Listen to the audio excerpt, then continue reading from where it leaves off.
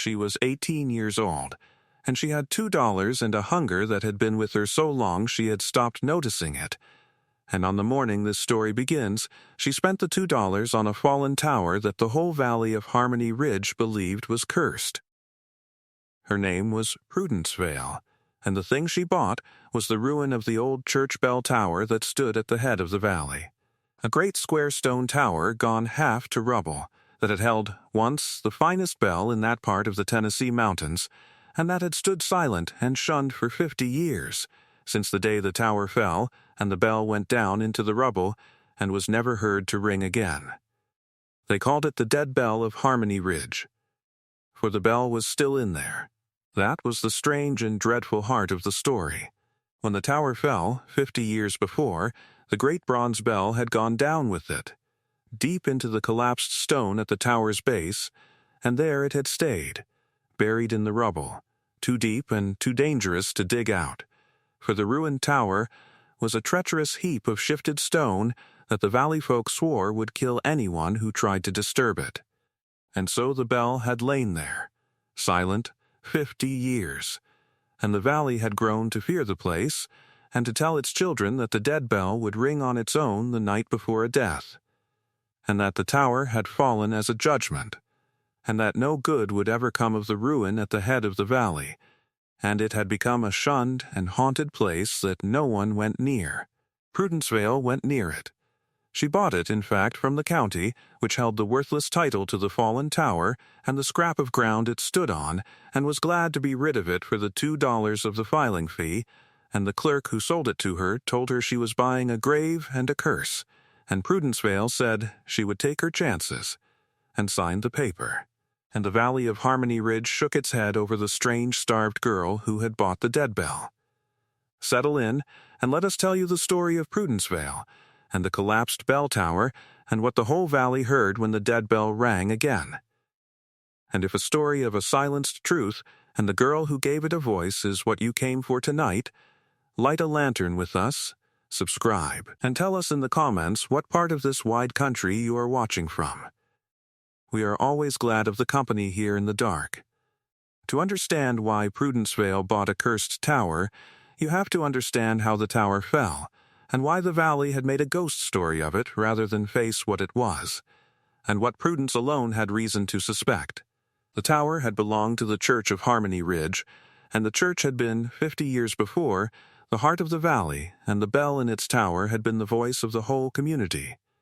It was a famous bell, cast by a master founder and carried up into those mountains at great cost and labor, and it had a tone, the old people said, like nothing else in the world.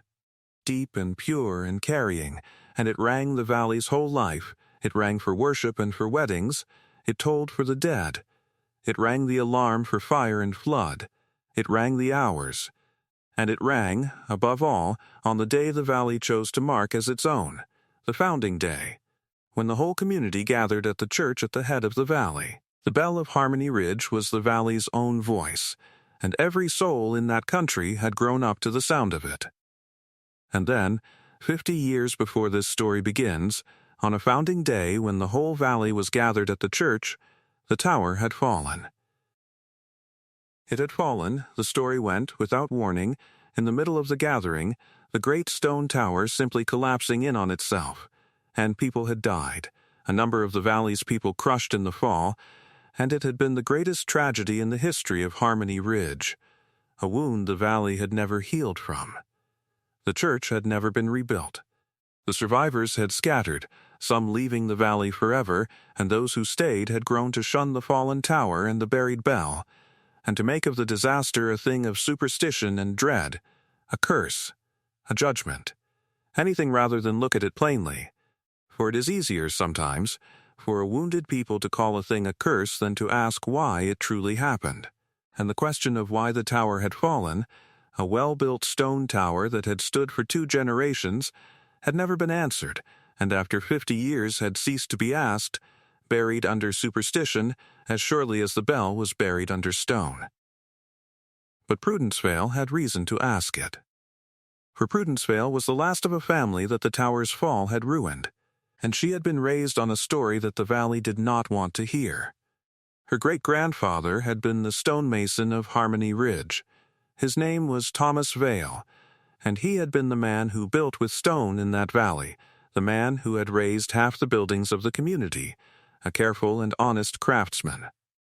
And Thomas Vale had not built the bell tower. That was the crux of the Vale family's long grief. The tower had been built, some years before it fell, not by Thomas Vale but by another man, a newcomer to the valley named Ezra Crandall, who had underbid Thomas Vale for the work and gotten the contract, and who had built the tower cheaply and quickly and pocketed the difference, and who had gone on the strength of that contract and others like it, to become a man of wealth and standing in the valley, while Thomas Vale, the honest mason who would not cut corners, had slowly lost his living to the cheaper man and died poor. And Thomas Vale had said, before he died, and his children had said after him, that the tower Ezra Crandall built was unsound. He had seen it going up. The honest mason had seen the thin mortar and the poor foundation and the stone laid without proper binding. And he had warned that it would not stand, and he had been ignored. For Crandall was the coming man, and Vale was the bitter loser of the contract. And who would listen to a passed-over mason grumbling that his rival's work was bad? And then, years later, the tower had fallen, and killed people, and Thomas Vale had said, "God forgive me, I knew it would," and had tried to tell the valley that the fall was no curse and no accident but the plain result of bad building, of Ezra Crandall's cheap and deadly work, and the valley had not wanted to hear it. Crandall by then was powerful and beloved, and it was easier to call the fall a mystery, a tragedy, a curse, than to accept that a trusted man's greed had killed their people, and the Vale family, in pressing the truth, had only made themselves hated. The bitter, jealous mason and his kin who would blacken a good man's name to salve their own defeat. And so the truth had been buried with the bell, and the Vales had been driven down into poverty and disgrace across the generations, until the last of them was an 18-year-old girl, orphaned and homeless, who had grown up on her family's hated, unproven, unshakable belief that the tower fell because Ezra Crandall built it badly, and that the proof was in the rubble, if anyone ever had the courage to dig. For that was the thing Prudence Vale had been told, the thing her grandmother had told her as the one inheritance of their ruined family. Thomas Vale, the honest mason, had not merely grumbled. In the days after the fall, before Crandall's power closed the matter, Thomas Vale had gone to the ruin, and he had examined the fallen stone with a mason's eye. And he had found the proof of what he had always said, the plain evidence of the bad building that had caused the fall, and he had known that the truth was there in the rubble for anyone who could read stone. But he had been driven off, and silenced, and had died before he could make the valley look, and the proof had stayed in the rubble, buried with the bell, 50 years, waiting. So Prudence Vale bought the cursed tower for $2, and let the valley think her mad, for she had come to do the thing her great-grandfather had died unable to do, to dig into the fallen tower, and read the truth in the stone, and clear her family's name, and give the silenced bell its voice again. She had come to it, as the girls in these stories do, by way of a hard road. Prudence had been orphaned young. Her father, the last Vale to try to make a living in the valley that hated the name, had died, worn out and poor when she was 14. And her mother before him, and Prudence had been passed from one grudging household to another, the disgraced mason's great-granddaughter, taken in for the work she could do, and reminded always that she was a charity the valley, extended in spite of her blood. She had slept in barns and back rooms and eaten what was left when others had finished, and she had grown up lean and quiet and watchful, carrying two things that no hardship could take from her: the story of her great-grandfather's honesty, told to her by her grandmother as the one treasure of the ruined family, and a strange stubborn pride in the Vale name that the whole valley had taught her to be ashamed of, and that she had, contrarily, come to hold all the more fiercely for their scorn. When the last household that kept her turned her out, in the spring of her 18th year, telling her she was grown now and must shift for herself, Prudence Vale had found herself with nothing. Homeless in the valley that had ruined her family, and she had felt, beneath the fear, a cold, clear freedom, for she had nothing left to lose now, and nothing left to protect, and that is exactly the condition in which a person can at last attempt the impossible thing that a more comfortable life would never risk. With nothing to lose, she could finally afford to try to win everything. The digging was the work of a long summer, and Prudence did much of it alone at first, and it was dangerous work, for the fallen tower was exactly the treacherous heap the valley feared, a great unstable pile of shifted stone that could crush a careless digger, and Prudence had to learn, the hard, slow way, how to take such a ruin apart, without bringing it down on herself. She had her great-grandfather's trade in her blood, though she had never been taught it, and she found, working at the ruin, that she had an eye for stone, for how it lay and where it bore, and which stone held the weight of others, and must not be moved until those above it were cleared. She worked from the top down and the outside in. The way she reasoned a mason would unbuild what a mason had built, taking the ruin apart stone by stone in the reverse of its collapse, never pulling a stone that carried weight, always clearing from above before she dug below, shoring the treacherous places with timber as she went. It was, she came to understand, exactly the reverse of building, and it required the same knowledge turned backward. A mason building a wall knew which stone must go down first to carry those above. A mason unbuilding a ruin had to know the same thing in reverse, had to see, in the tumbled chaos of a collapse, which stones now bore the weight of the pile and would bring the whole heap down if pulled, and which could be safely taken. Prudence had never laid a stone in her life, but she found the knowledge in her hands as if it had been waiting there, her great-grandfather's gift passed down in the blood, and she learned to read the treacherous ruin the way he had read sound walls, and it kept her alive. It was slow beyond belief, and heavy, and hot, and lonely, and there were days the valley folk came to watch her from a distance and wait for the curse to kill her, and days she thought it might, when a section shifted with a groan and she scrambled clear and stood shaking as the dust settled and the watchers murmured that the dead bell had warned her and she had best heed it. But she did not quit, for she was digging for more than a bell.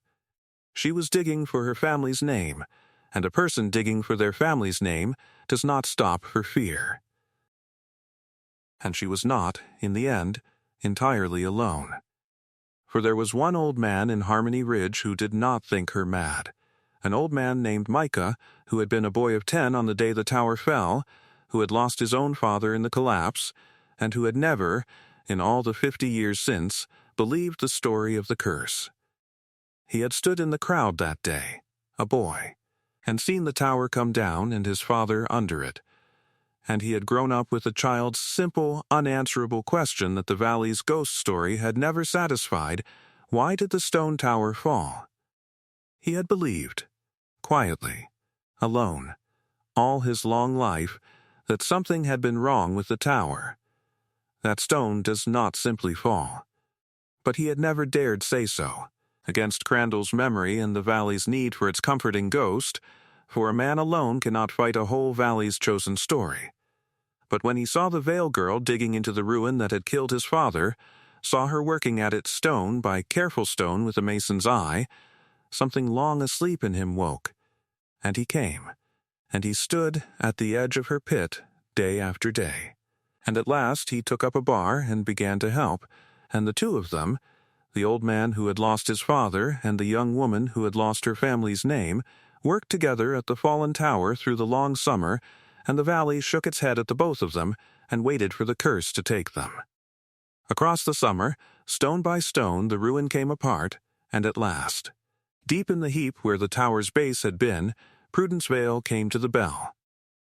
It was there, as the story had always said, the great bronze bell of Harmony Ridge, fallen 50 years before and buried in the rubble, dented and green with age but whole, its bronze uncracked, its voice, if it still had one, only silenced and not destroyed. And around it, in the stone of the fallen base, Prudence Vale found the other thing, the thing she had truly come for, the thing her great-grandfather had found 50 years before and been silenced for, the proof. For the base of the tower, laid bare now by her digging, told the whole story to an eye that could read stone, and Prudence Vale had that eye. She could see, in the fallen foundation, exactly what Thomas Vale had seen, that the tower had been built badly, deliberately, cheaply. The foundation was too shallow, dug not to bedrock as a tower requires, but only to soft ground, to save the labor of the deeper digging. The mortar was thin and poor, scanted to save the cost of lime, so that the stones had never truly bound. And the great stones of the base, which should have been laid as headers and stretchers properly bonded through the thickness of the wall, had instead been laid as a mere shell of good stone filled behind with rubble and dirt, a facing of soundness over a heart of weakness, so that the wall had looked strong and been hollow, and had stood only so long as nothing tested it, and had come down. At last, under the swing and the weight of the great bell on a day the whole valley was gathered beneath it.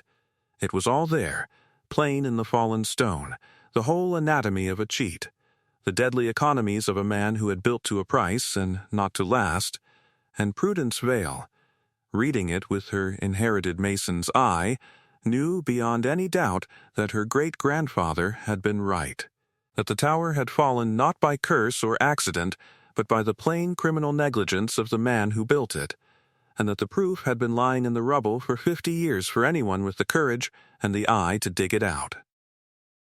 She knelt among the fallen stones a long while when she understood it fully, her hand on the scanted mortar and the hollow-hearted stone, and she wept, not for herself but for her great-grandfather, the honest mason who had seen this same plain truth 50 years before, and known himself right, and been called a bitter liar for it, and driven to his grave in disgrace, unable to make the valley look at what was plainly before them.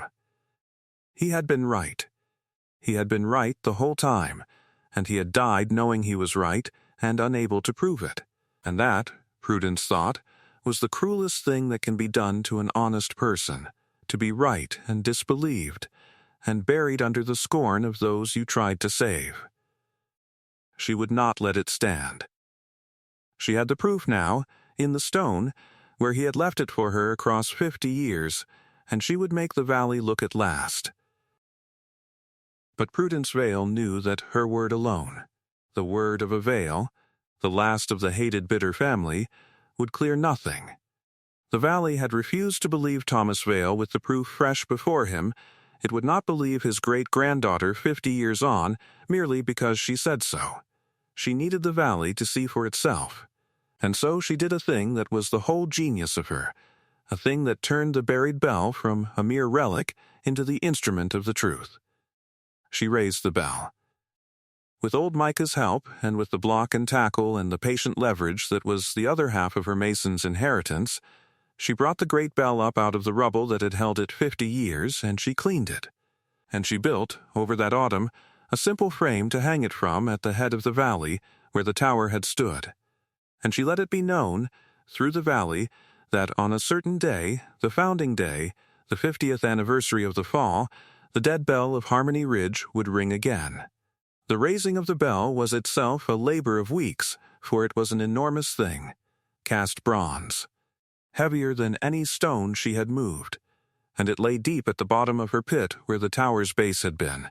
But Prudence Vale had the whole of her great-grandfather's craft in her now, the reading of weight and the borrowing of strength through rope and pulley and lever, and she rigged her tackle to a great timber tripod she and Micah raised over the pit, and she brought the bell up the way her ancestor had taught his blood to move heavy things, slowly and with total attention, and with patience in the place of force.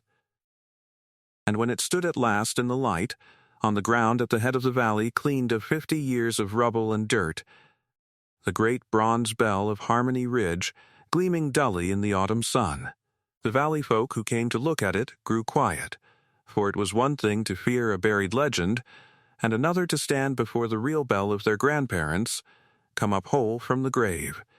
And something in the valley began to turn, that autumn, though it did not yet know it, and when the word went out that the mad veil girl meant to ring the dead bell on the very anniversary of the fall, the whole valley was seized by it, half in dread and half in a longing none of them would confess, for there was not a soul in Harmony Ridge who did not, somewhere beneath the fear, want to hear that bell ring again. The whole valley came. Of course they came, they could not stay away, drawn by dread and wonder, and the deep pull of the bell that had been the voice of their grandparents. The dead bell that was said to ring only before a death, now to be rung on purpose by the mad veil girl on the very anniversary of the disaster. They gathered at the head of the valley, the whole community, as their grandparents had gathered 50 years before, uneasy and murmuring, half expecting a fresh judgment. And Prudence Vale stood by the hanging bell, and beside her stood old Micah.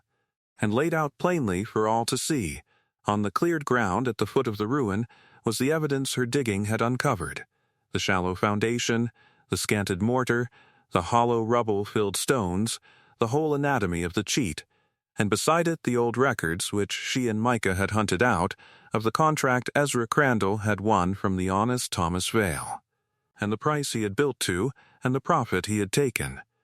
And then Prudence Vale rang the bell. She took the rope in her 2 hands, the rope she and Micah had rigged to the great hanging bell, and she looked out for a moment over the gathered valley, the whole community waiting in dread and wonder as their grandparents had waited 50 years before. And then she pulled. The great bronze bell of Harmony Ridge, silent for 50 years, buried 50 years in rubble and superstition, swung on its frame and spoke. And its voice went out over the valley exactly as the old people remembered, deep and pure and carrying, a tone like nothing else in the world, the voice of the whole community risen from the grave of the rubble. It rolled down the valley and came back off the far mountains and hung in the air, and the oldest among the crowd, the few who had been children on the day of the fall and remembered the bell from before, began to weep at the sound of it, for it was the voice of their whole lost childhood, the voice of their grandparents' world, ringing out again over the mountains after 50 years of silence. Prudence rang it, and the valley stood beneath the sound and was undone by it, every heart in that crowd shaken open by the return of a voice they had thought gone forever. And when at last she let the bell fall still, and its final toll rolled away down the valley and faded, and the trembling silence came after, Prudence Vale spoke into that silence, and she told them the truth, and she showed them the stone. She led them to the cleared ground at the foot of the ruin, and laid it bare before them, the shallow foundation that had never reached bedrock, the scanted mortar that had never bound, the great facing stones that hid a hollow heart of rubble and dirt, the whole anatomy of the cheat, and beside it the old contract and the price and the profit. And this time, with the bell's own voice still ringing in their ears and the plain proof laid out before their eyes, the valley of Harmony Ridge could not turn away. They came, and they looked, and those among them who knew anything of building knelt at the fallen stone and looked at the shallow foundation and the hollow stones and the scanted mortar. And they saw what Thomas Vale had seen 50 years before and been silenced for, and one by one they rose with the truth on their faces, and it went through the crowd like the toll of the bell, undeniable at last. The tower had not fallen by a curse. It had fallen because Ezra Crandall built it to a price, and the price was the lives of the people who died beneath it. And the honest mason who had tried to tell them, Thomas Vale, had been right all along, and had been driven to his grave in disgrace for a truth the valley had not been able to bear to hear. What followed was the clearing of the Vale name, 50 years too late for Thomas, but not too late for the truth. The valley, confronted with the proof, could no longer deny it, and the whole history was set right in the memory of Harmony Ridge. Ezra Crandall was known at last for what he had been, not the valley's benefactor, but the author of its greatest tragedy, a man who had built cheap and deadly and let a curse be blamed for his crime. And his descendants, who had risen on his ill got standing, had to live with the truth of where their family's place had come from. And Thomas Vale was honored at last, the honest mason who had warned the valley and been ignored and disgraced for it, and whose great-granddaughter had dug the proof of his rightness out of 50 years of rubble. And the bell rang on. For Prudence Vale did not let the bell fall silent again. With the valley's name for her changed now from madwoman to something like a hero, and with the honest folk of Harmony Ridge rallying to her, the church at the head of the valley was rebuilt at last, properly this time, on a true foundation, by honest hands, and the great bell of Harmony Ridge was hung in its new tower and rang out again over the valley for worship and weddings and the hours and the founding day. The voice of the community restored after 50 years of silence, no longer the dead bell, but the living voice of the valley once more. And Prudence Vale, the homeless girl who had bought a cursed ruin for $2, was not left homeless or poor. The valley she had given back its bell, and its truth would not have it. The honest families saw her set up in comfort, and there was, moreover, a matter of old restitution. For the disgrace of the Crandall name and the clearing of the Vale name carried with it a righting of the old wrong, and Prudence, the last of the Vales, came into a measure of what her family had lost. But it was never the money that Prudence Vale had gone into the rubble for. It was the bell, and the name, and the truth, and she had all three, and she counted herself rich. She married in time and stayed in the valley, and it was said that she never tired of the sound of the bell, that she would stop whatever she was doing when it rang and stand and listen with her face lifted. For she had given that voice back to the valley with her own hands, had dug it out of 50 years of silence, and there was no music in the world so sweet to her as the dead bell of Harmony Ridge, ringing, alive again, telling the truth over the mountains. She had been 18 years old, and homeless, and down to $2, and she had spent them both on a cursed and fallen tower that a whole valley swore held nothing but a grave and a judgment. It was the best $2 she ever spent. There is a thing worth carrying out of a story like this one, and it is not the restored fortune, though that was justice. It is that a community will sometimes prefer a comforting ghost story to a painful truth, and will bury the truth as deep as it can, and call the burial a curse rather than face what it does not want to know. For 50 years the valley of Harmony Ridge had chosen to believe its tower fell by a mysterious judgment, because that was easier to bear than the truth that a trusted man's greed had killed their people, and that they had honored the killer and disgraced the one who warned them. The truth was never lost. It lay in the rubble the whole time, plain to any eye that would look. What was lost was the valley's willingness to look, and it took a homeless girl with nothing left to lose, and an old man who had never stopped grieving, to dig the truth out of the stone and ring it out on the valley's own bell until the valley could no longer refuse to hear. What comfortable ghost story, in your own community or your own family, might be buried on top of a harder truth that someone, someday, will have the courage to ring out loud? So we will leave you tonight with a question, and we do read every answer. Is there a story in your own town or family that everyone has agreed to call a mystery or a curse that you have sometimes suspected is covering a plainer and harder truth? Tell us in the comments below. Light a lantern with us, subscribe if this story kept you company tonight, and we will see you down the line, where the next story is already waiting in the dark.